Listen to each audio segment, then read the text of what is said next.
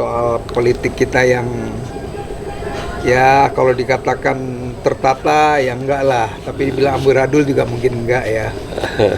Jadi sejak kemarin pidato Megawati ya, Megawati yang kesannya betul-betul menjadikan presiden kita kader PDIP sesungguhnya, ya kan? Apa yang dikatakan Megawati kan menunjukkan bahwa Jokowi memang kader PDIP yang sesungguhnya, ya kan? Dan kemudian Ganjar malah nggak disenggol-senggol, nggak disebut-sebut. Nggak tahu datang apa nggak waktu itu ya? Iya datang katanya katanya. di deretan ketiga katanya. Cuma Nyumput ya kali ya? Nyumput atau mungkin memang nggak dianggap kader, Gitu. nggak kader penting maksudnya, nggak dianggap Iya. kader penting. Nah kira-kira apa ini ke depannya ini, Mas Indro nih ya? Dan berita sekarang banyak hoax kan, mungkin berita di YouTube tuh 80% hoax isinya. Jadi kita nggak bisa bedain. Gua kadang-kadang yang kalau hoax malah kelihatan bener ya. Itu dia tagih ya. jadi gue kadang-kadang posting sengaja ke WA gitu ya yang hoax itu mau menunjukkan bahwa negeri kita sekarang negeri hoax gitu. Gimana kira-kira menurut Jadi ya terima kasih nih, ini pertanyaan yang cukup berat ya. Saya kira kondisi di dalam ya, apakah di eksekutif, legislatif, yudikatif ya, barangkali juga di kalangan internal, di suara internal, kondisi internal parpol-parpol itu tidak lebih ya sama bingungnya dengan kita ya. Kita aja udah bingung melihat pernyataan partai yang berubah-ubah, apalagi kita pakai akal sehat. Waduh, ini ngaco banget ya. Tapi saya kira suasana kebatinan elit-elit sekarang itu ya demikian. Jadi kelihatannya pakai akal sehat, tapi juga ada yang sering kedukun, ya kan? Ada tuh banyak tuh. Kelihatannya pakai rasio, tapi sebenarnya yang ngomong adalah emosi dia. Suasana ini sebenarnya ketidakpastian ini tidak baik ya. Untuk membangun satu negara yang mencoba memiliki tata negara yang rapi lah ya, itu nggak baik. Dan sampai sekarang saya kira tata negara itu menjadi permainan dari orang-orang yang berambisi politik. Jadi berpolitik alatnya apa? Toolsnya adalah undang-undang, peraturan, dan tata negara itu. Target mereka kalau udah punya kekuasaan dan ingin mencapai sesuatu, ya yang harus diubah itu konstitusinya, diusulkan diubah. Sayangnya juga rajanya bilang, oh iya memang konstitusi harus diperbaiki, diubah. Ada yang ngomong undang-undang, peraturan pemerintah harus diubah karena menghambat. Sampai-sampai ada omnibus law. Itu adalah monumen untuk penghancuran ya. Monumen penghancuran peraturan perundangan berikut ketentuannya, dan ujungnya sebenarnya konstitusi di situ dicabik-cabik ya oleh omnibus law. Karena nggak berlandaskan apa-apa. Padahal ketika kita bikin undang-undang itu kan undang-undang dibuat berangkat dari problematika sosial yang ada. Solusinya apa? Undang-undang ini yang terbaik. Nah, buru-buru undang-undang diikutin, malah problem utama belum terjawab ya, katakan adil makmur, sekarang dibuat begitu ya. Diubah peraturan yang mengatur soal pemerataan hak-hak buruh yang itu jadi problem dulu diselesaikan dengan undang-undang, diubah. Artinya apa? Ya kalau itu diubah ya, ketentuan peraturan perundangan ini, ya pasti muncul kembali masalah-masalah ini karena dulu ditetapkan untuk solusi gitu. Sekarang hancur semua. inilah yang saya kira sebenarnya orang-orang harus harus tahu persoalan sebenarnya itu di sini. Mereka menghancurkan ketatanegaraan, konstitusi, peraturan perundangan demi ambisi dia. Disinkronkan itu. Saya mau investor datang bikin omnibus law. Dulu dilarang kepemilikan asing 30 tahun aja banyak yang protes, ya kan. Sekarang 85 tahun bisa diperpanjang. Artinya ya negara ini udah miliknya asing, ya kan. Diperpanjang tak terbatas lagi kan. Mestinya di situ ada klausul ya yang menutup sepanjang-panjang itu 2 kali atau 3 kali. Ini nggak ada. Inilah saya kira keadaan kita yang kacau. Oleh karena itu pastilah ya ketika pikiran kita keotik ya, kayak partai-partai itu pula ya berpikir secara keotik, secara kacau balau. Pemilu 5 tahun sekali, mulai dikutak-katik, bisa nggak diundur-undur? Betul. Terus kenapa semua sekarang kesurupan rohnya Pak Harto ya? Seumur hidup pun kalau kita diemin mau dia, gitu loh. Betul. Kecuali ya memang kalau PDIP kan berkepentingan, katakan. Nah kalau Pak Jokowi terus yang memegang kekuasaan, anak saya kapan jadi presiden? ini lain kali. Iya, betul.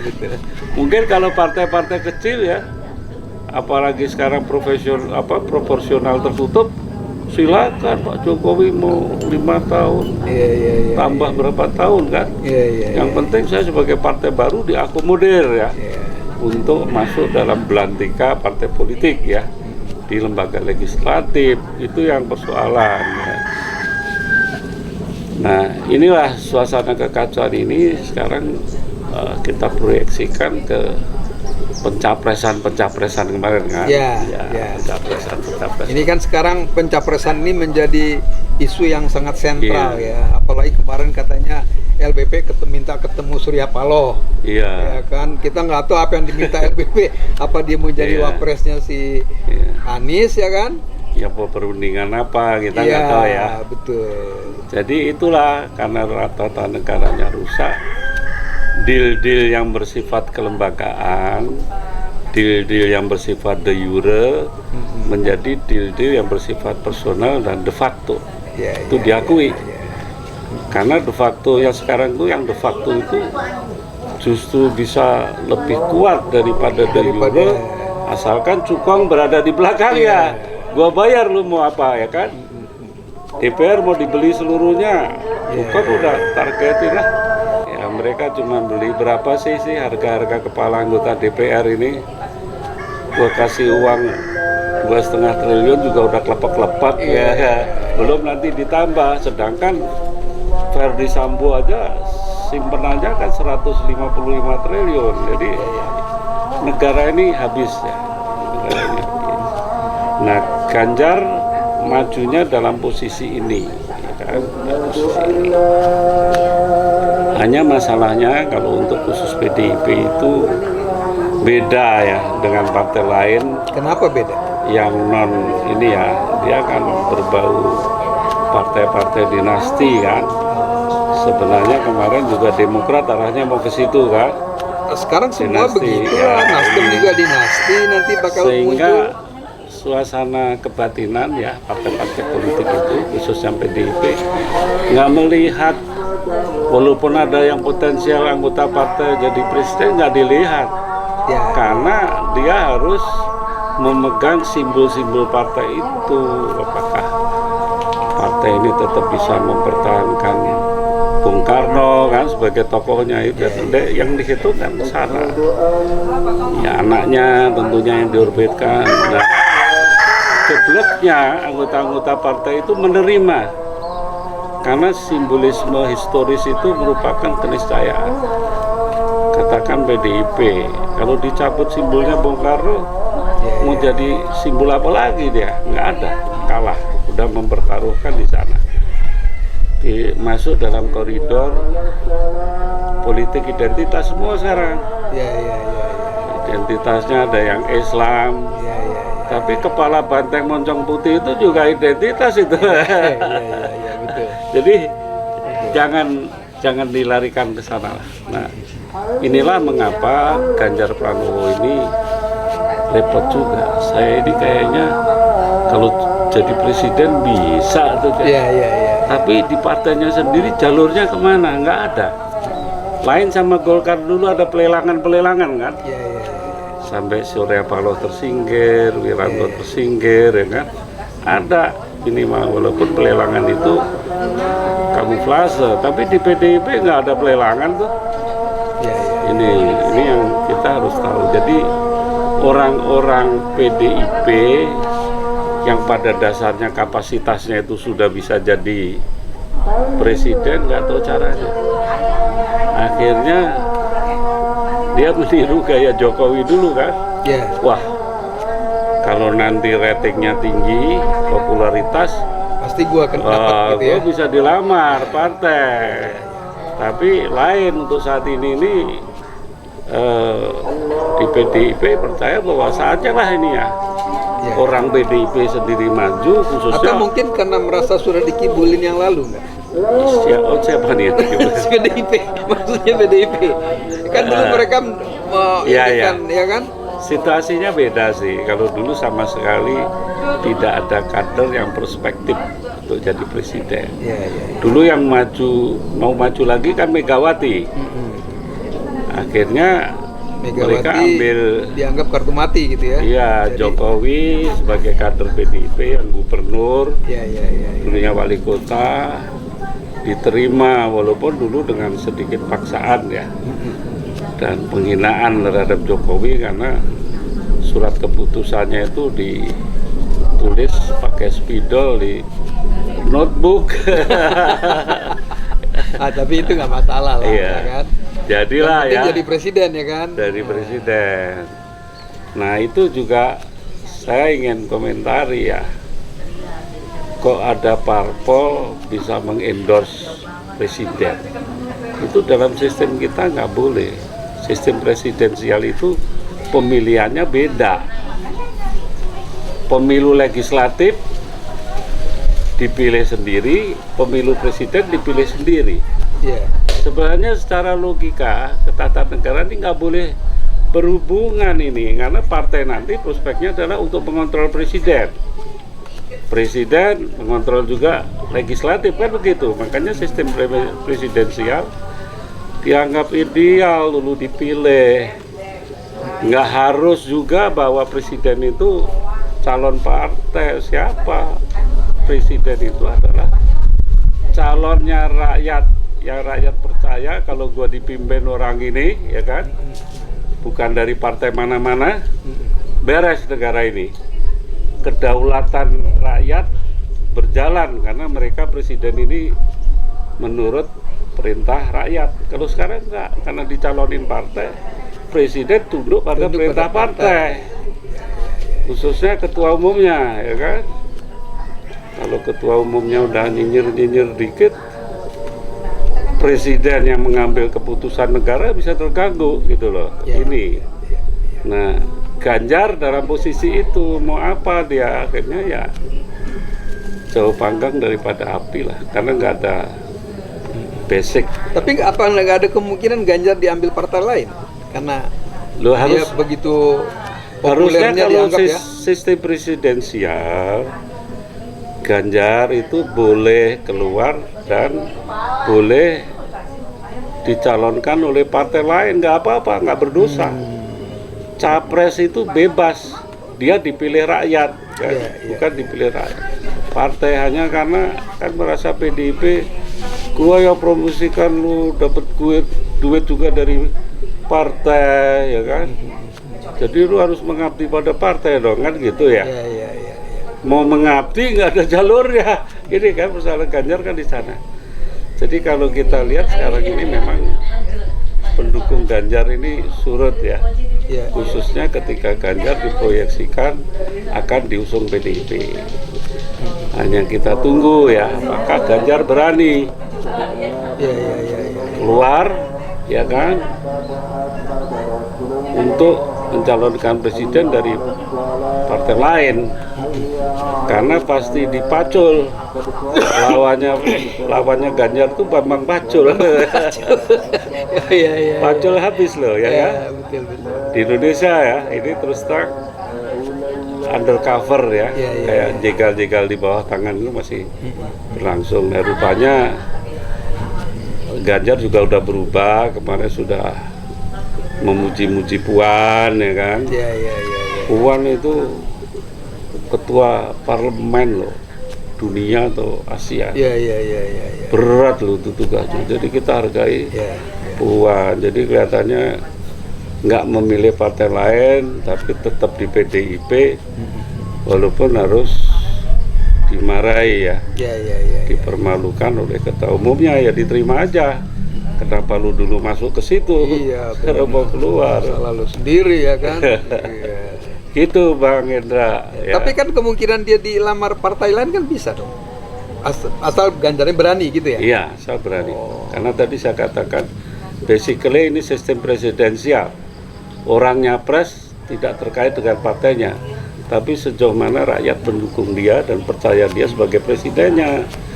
Gitu. Ya kalau survei-survei tentang Ganjar ini selama ini benar, wah seharusnya banyak partai yang mau dong. Iya, harusnya banyak partai yang mau. Iya, ya kan? Mau.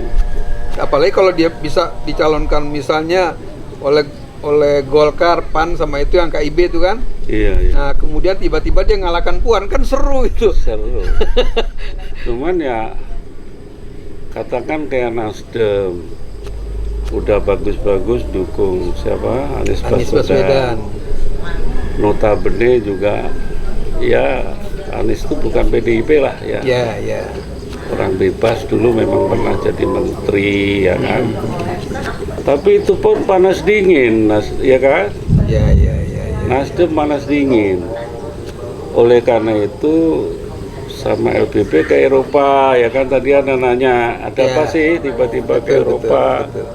Ya banyak di sana.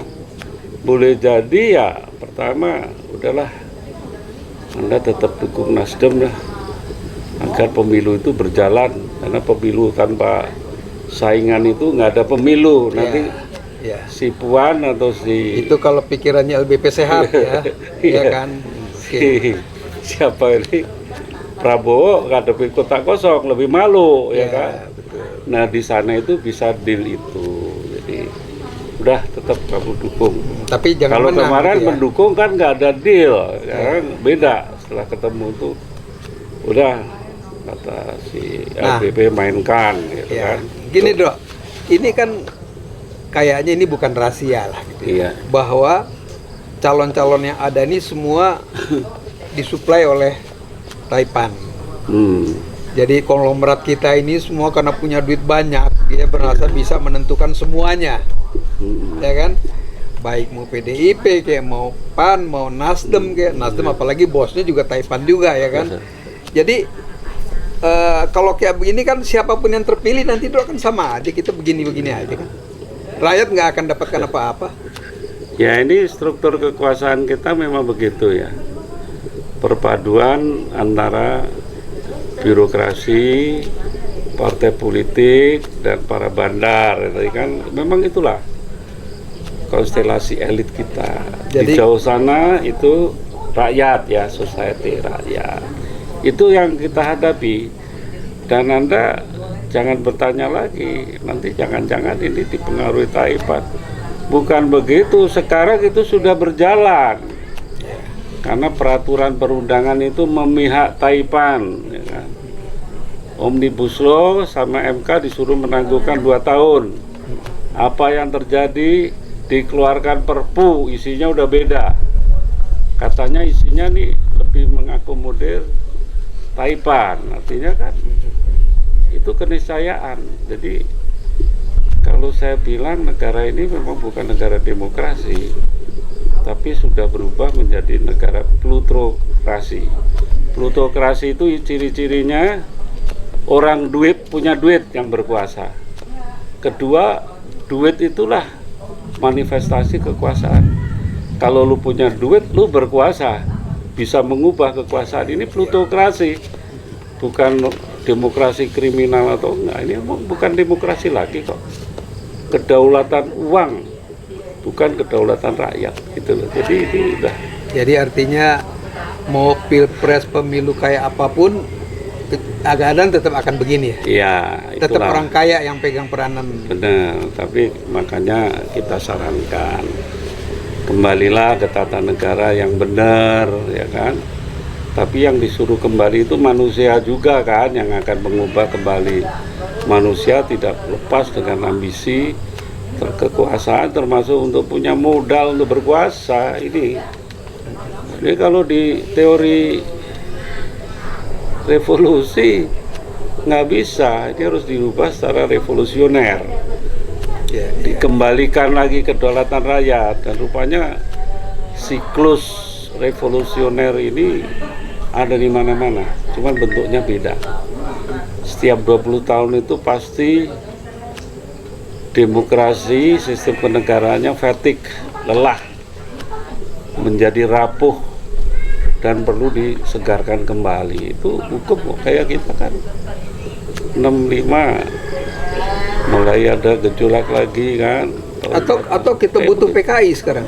Karena yang revolusioner itu Iya. cuma PKI gue lihat ya. Bukan Yang mau PKI, beron- Islam pun juga sebenarnya butuh revolusi yang beragama kok. Kalau penindasan manusia terhadap manusia itu demikian parah, semua Ya, begitu. akan bangkit juga ya Islam ya. Saya tunjukkan, ini ada sebuah penelitian ya dari ilmuwan di Amerika. Itu rupanya di dalam konstitusinya 20% dari negara di dunia ini membolehkan rakyatnya melawan pemimpin-pemimpin yang sudah melampaui batas, sudah melanggar konstitusi. Itu masih berlaku saat ini. 5%, 20% negara-negara membolehkan itu. Itu dalam undang-undang, Dalam konstitusi dalam mereka. konstitusi Iya. mereka. Oh, keren Itu juga ya. penelitian akademis, ya kan? Iya. Nah, kita ini coba diatur begitu, ya kan? Jadi kita mengoreksi pemimpin, melawan pemimpin itu nggak dituntut. Tinggal diakomodir DPR, wah tuntutan rakyat ini benar. Presiden panggil sini, di impeachment, harusnya begitu. Tapi impeachment kita ini kan sulit sekarang. Kalau ketua MK-nya udah saudaranya presiden, gimana impeachment ya kan? Itu KKN loh itu. Iya kan? Iya, pastilah. KKN itu. Tapi kan dia jadi ipar kan setelah jadi ketua MK. Nah iya, kalau mau artinya kalau dia mau kawin sama Itu saudaranya presiden ya Mundurkan mundur dari MK, pilih dong. Jangan ngendon sebagai ketua MK, ya kan? Tapi diperalat oleh presiden, ya kan? Gitu. atau terbalik. Iya, itu unik ya. Oke, Indonesia ini. iya. Saya sampai nggak bisa berkomentar gimana. Ini kelihatannya kalau ngedengar dari Mas Indro ini Ganjar nggak bakal jadi apa-apa ya? Ganjar, ya dia sendiri udah nggak mau fight lagi sih. Mungkin kalau yang dukung itu ya lumayan lah kalau Ganjar nanti Menteri Pedesaan. Saya dijadikan pendamping di desa-desa, ini udah berubah juga targetnya. Siapa tahu saya disuruh menjadi manajer BUMDes, ya kan, udah beda. Jadi Ganjarnya masalahnya yang udah menyerah ya, udah menyerah. Jadi Kalau Jokowi menyerah nggak? Dia kan dilarang untuk ini 3 periode nih oleh Mega. Jokowi ini terus-menerus ya bergerak. 3 periode dilarang. Tapi waktu saya hadir di pernikahan anaknya di Solo, di sana masih didengungkan. Jadi ini bahasa kerennya ini nanti akan ada cinta ketiga. Jokowi itu di poster-poster, bukan cinta segitiga ya. Cinta ketiga ya. Cinta ketiga Jokowi. Itu di pesta resmi yang dihadiri oleh menteri-menteri loh. Iya. Menterinya ya saya tunjukin, Pak, lihat itu enggak? Pura-pura nunduk aja. Wes ojo didelok, Dik. Itu gitu. Tapi ya apalagi itulah Indonesia yang dari segi tata negara udah carut marut. Orang bisa berbuat apa saja kalau punya kekuasaan, punya uang tadi. Seperti Anda tadi tesisnya udah benar. Cuman Anda belum ngomong tesis revolusi kan? Berarti Jokowi ini puber ketiga ya istilahnya. Iya, puber ketiga. Kalau dari. Tapi sejak ditegur Mbak Mega ini barangkali berubah. berubah. Ya. Kalau lihat karakternya ini kan nggak pernah ada kata menyerah Jokowi. Iya, gue bikin tulisan Nggak begitu pernah juga. kata menyerah. Dan dia bukan tipe orang yang gampang Iya. digertak, ya kan? Gertak, orang dia punya ambisi. Ya saya punya ambisi. Saya nggak punya ijazah. Keahliannya cuma nyurut kayu, ya kan? Pilih-pilih kayu yang bagus, jadikan kursi. Tapi ambisinya kan ingin jadi pemimpin negara ini nggak ada yang bisa mencegah. Dulu sebelum wali kota Solo ngelamar PKS untuk didukung PKS jadi wali kota Solo. Ngomong-ngomong PKS minta bayaran. Iya. Akhirnya ngelamar ke PDIP. Lumayan 2 kali periode ya. Di Solo jadi wali kota dan terakhir itu mendekati 90% suaranya. Kuat ya, itulah yang jadi alasan dia ke Jakarta setelah mengibuli mobil apa dulu namanya itu, SMK apa itu? SMK. Ya, itu nggak ada. Ya artinya apa? Ini orang tricky, siasatnya nggak akan surut. Iya. Dari mulai kungkum, mulai apa namanya, jadi bupati, jadi wali kota, mulai dari baca ijazah salah, dia pikir presiden itu ijazahnya S1 ternyata SMA aja boleh. Iya. Udah keburu dituduh memasukkan ijazah, ya kan? Iya. Tapi dia yakin sebenarnya dalam dirinya itu ada Islam radikalnya juga Jokowi ini. Karena dia ingat kun fayakun. Gua mau apapun sekarang kalau Tuhan mau menjadikan jadi. Ternyata jadi, ya kan?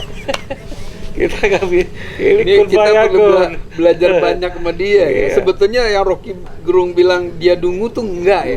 Enggak. Di Indonesia nggak dibutuhkan kepintaran, yang dibutuhkan kelicikan. Nah itu. Kecerdikan.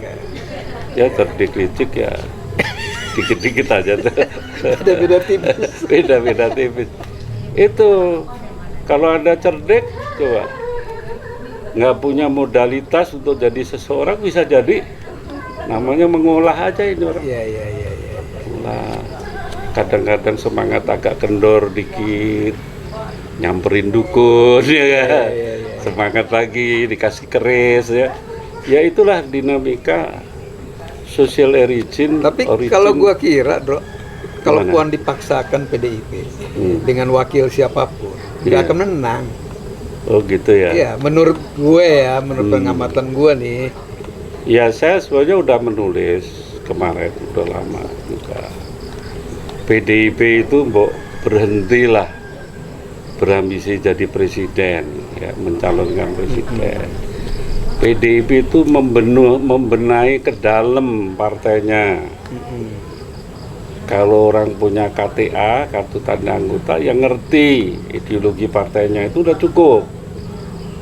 Kedua, membenahi ideologinya dia itu apa sih, ya kan? Jadi nasionalis. Ya, nasionalisnya itu yang bagaimana, ya kan? Nasionalis orang manggil tenaga kerja asing Cina aja masih bisa ngomong nasionalis, ya kan? Yang kayak apa? Jelas. Kemudian posisi ideologis dan posisi pragmatisnya kayak apa? Memang ideologi saya kayak begini, tapi pengejauhan di masyarakat yaitu keberpihakan pada rakyat kayak apa? Kan mestinya itu yang dibenahi. Jadi caleg-caleg PDIP itu jangan ikut-ikutan money politik dong, ya kan? Dia ya bekerja dengan rakyat dulu sehingga rakyat mendukung dia, entah melalui pertanian, Tapi gua kira dibenahi itu. Iya, iya. Maksud saya begitu. Mega nggak berpikir begitu. Ya. Dia bagaimanapun juga ingin Puan ya sebagai terah Soekarno itu muncul ke permukaan, ya kan? Iya. Nah, kalau melihat begini kan rasanya kan tidak mungkin ya Mega pun mencalonkan diri juga nggak akan bisa, ya kan? Nggak akan kepilih lah. Iya, iya. Nah, menurut lo peluangnya kalau misalnya mereka gabung dengan Gerindra, artinya Puan nih magang dulu gitu, Prabowo presidennya, Mega. Ini kalau gue lihat sih bakal jadi gitu. Gimana Loh, gimana ya? Anda kalau lihat itu, lihat bagaimana KPU-nya bekerja. Emang KPU selama ini benar? Iya, iya. Kan enggak. Oke. KPU itu seluruh benar. sistemnya udah TSM. Masuk angin maksud saya. Dan itu dimulai dari zaman SBY lagi ya. Bisa Iya kan? dipengaruhi siapa yang harus menang. Iya. Lo pernah ngalamin ya? Nah, saya udah pernah melihat dari dalam. Iya. Kan bagaimana jual beli suara itu. Iya, Sudah. iya. Nah, kalau Anda bersandar ke situ ya, demokrasi formalistik, bahwa proses kekuasaan itu dipengaruhi oleh pemilu, pemilunya dipengaruhi oleh modal, ya kan? Ini. Jadi sekarang Ini kayak lingkaran setan ya. Ya lingkaran setan, tapi Lingkaran harus iblis ada atau lingkaran setan lah, sama aja lah. ada jalan keluar. Tadi saya nerusin, ya udahlah, PDIP jangan berorientasi kemenangan karena pasti mengalami political fatigue. Political fatigue itu kelelahan politik pasti. Masa sih terus orang yang pelari sprinter 200 meter kemudian jadi lari maraton berkali-kali, nggak lelah sih, pasti lelah. Iya. Jadi kalau kapal, istilahnya kapal itu docking dulu. Udah periode ini diam Daripada aja. kelelahan terus selesai udah. Ah iya, jadi jangan sampai kalah terus, ya kan, menderita kekalahan. Karena orang partai itu kalau udah kalah, menaikkan lagi sebagai satu organ politik yang influensial, yang mampu memengaruhi rakyat sulit. Jadi lebih baik konsentrasi bagaimana berpengaruh banyak pada rakyat, anggotanya tambah banyak, nanti memetiknya setelah ini apa sih, sekarang mau apa? Kalau ada presiden, dia nanganin masalah semua kok. Lepas aja orang lain, ya kan? Biarin gitu.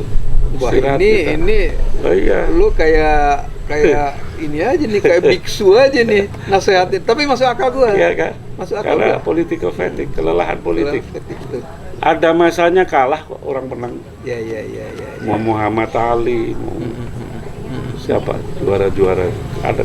Jadi sekarang lo berpikir PDIP mau siapapun yang ditonjolin PDIP nggak akan menang lah kira-kira. Ya, gitu lah. saya bukan bilang begitu.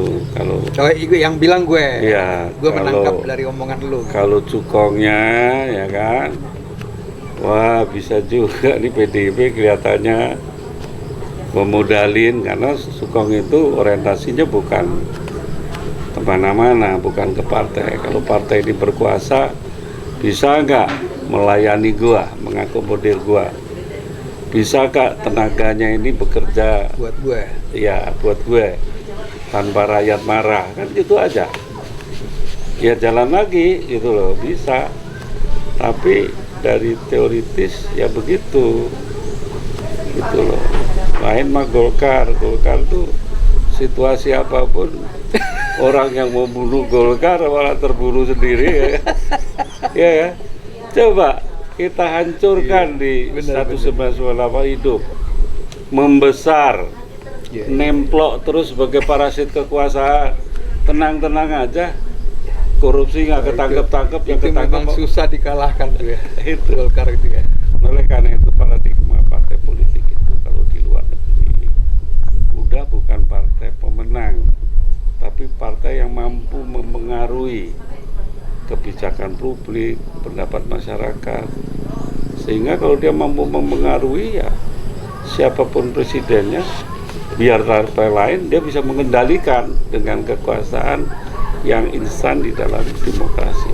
Itu baru jadi kita nggak usah bicara kalah menang, ya kan, dari segi itu saja dokeng dulu lah, dokeng ya. Kalau pertentangan terus nanti pingsan, saya bilang begitu.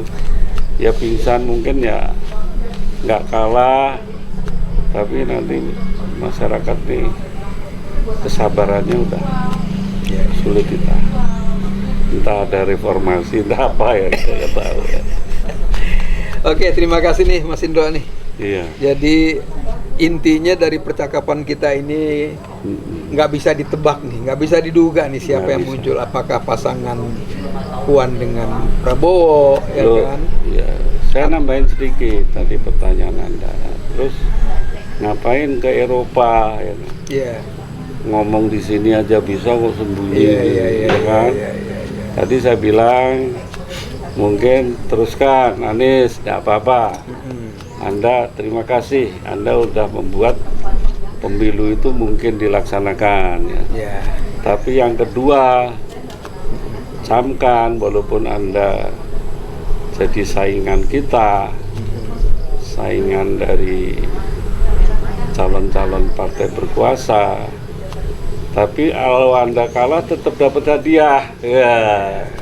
Kayak bagaimana Jokowi menghadiahi Prabowo. Jadi tenang aja. Elit semua yang mengatur nih. Iya. Siapa yang harus menang, siapa yang harus kalah ya. Iya. Tapi tidak berarti udah kalah kamu terus sengsara, enggak, nanti saya tolong. Iya. Kan. Jadi Cuma jangan menang deh lo gitu ya. iya. Syaratnya jangan menang dulu ya. Nah, ini kan kesepakatan setan namanya kalau dalam politik. Rakyat ditipu ya, seolah-olah ini ada dua orang yang saling bersaing, bermusuhan. Tapi mereka sama, mereka adalah pemegang panggung-panggung sandiwara di perpolitikan kita. Jadi jangan emosi lah, politik ini teorinya kan membuat yang tidak mungkin jadi mungkin. Jadi Berubah, istilahnya 2024 kalau terjadi pilpres pun atau pemilu pun nggak akan ada perubahan apa-apa ya? Nggak ada, Buat rakyat ya? nggak ada perubahan. Kalau ada perubahan tadi kan dari ilmuwan asing juga saya kutip, saya lupa namanya. Itu di Indonesia itu demokrasi itu tergantung pemimpinnya, kepemimpinan. Kalau dapat pemimpin Yang bagus ya, Bagus, yang betul-betul bagus. perhatian ke rakyat ya. ada pemimpin kayak Jokowi itu Ya. yang orientasinya pada program, walaupun dia tuh didorong oleh irasionalitas. Bikin kereta Bandung Jakarta, duitnya dari mana? Harga tiketnya berapa kan tadi dipikirin? Bikin dulu. Tol jalur utara, jalur selatan bikin dulu. Ini kan artinya less intelektual. Pemimpin yang sedikit intelektual itu kadang-kadang dianggap bagus kayak begini. Ini Anda cari-cari ijazah, ya kan?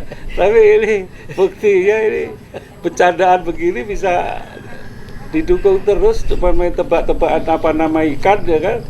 Jadi kok ini gitu loh. Iya. Tapi kan ini gue jadi inget soal ijazah ya. Kalau ini terbukti, dan gue yakin bakal terbukti nanti nih ya, mau sekarang atau nanti akan terbukti.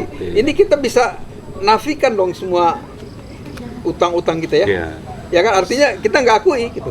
Secara legal demikian, karena Iya kan? dimulai dari ketika pilpres nih, beliau ini udah nggak memenuhi syarat pilpres. Iya. Jadi terpilihnya pilpres kayak kepala desa yang diadili kemarin nggak sah. Nggak sah, ya kan? Ditangkap oleh Bareskrim daerah, ya kan. Ya demikian bisa terjadi itu, gitu loh. Tapi bukan tidak mungkin juga nggak diapa-apakan, karena di Omnibus Law udah dikatakan pemalsu ijazah tidak akan dituntut secara hukum. Omnibus Law-nya ditandatangani oleh pemalsu ijazah. Ya susah. Ini kan, kan gila ini kan. Anda bilang bodoh, pinter ya kan. Gitu. Oke, jadi begitu pemirsa. Bang, boleh tuh yang ijazah yang Omnibus Law undang-undangnya menyatakan bahwa presiden. Iya, saya ulang ya. Jadi di dalam Omnibus Law saya baru kaget setelah wawancara dengan Bambang Tri di Rahma Sarita.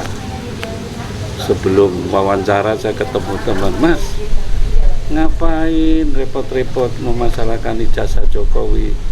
Udah tahu belum? Udah baca Omnibus Law? Belum. Itu diatur di sana. Siapapun yang memalsu ijazah tidak boleh dan tidak akan dituntut hukum. Waduh, saya bilang, dong ngapain kita sekolah dong nanya. Ngapain anggaran pendidikan dinaikkan di 20%. Tutup aja perguruan tinggi itu kan. Kalau Omnibus Law-nya bunyi demikian. Ini kan gila ini sebenarnya ya. Ini akan menjadi bukti sejarah bahwa negara ini kita pernah menjadi negara Machiavelli ya. Menghalalkan segala cara. Hukum rimba lah ya. Hukum rimba.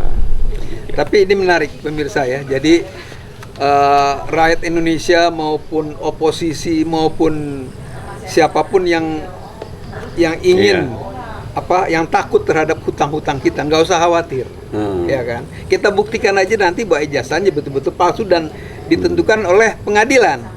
Nah, dengan begitu kita nanti bebas dari hutang karena selama ini tidak sah.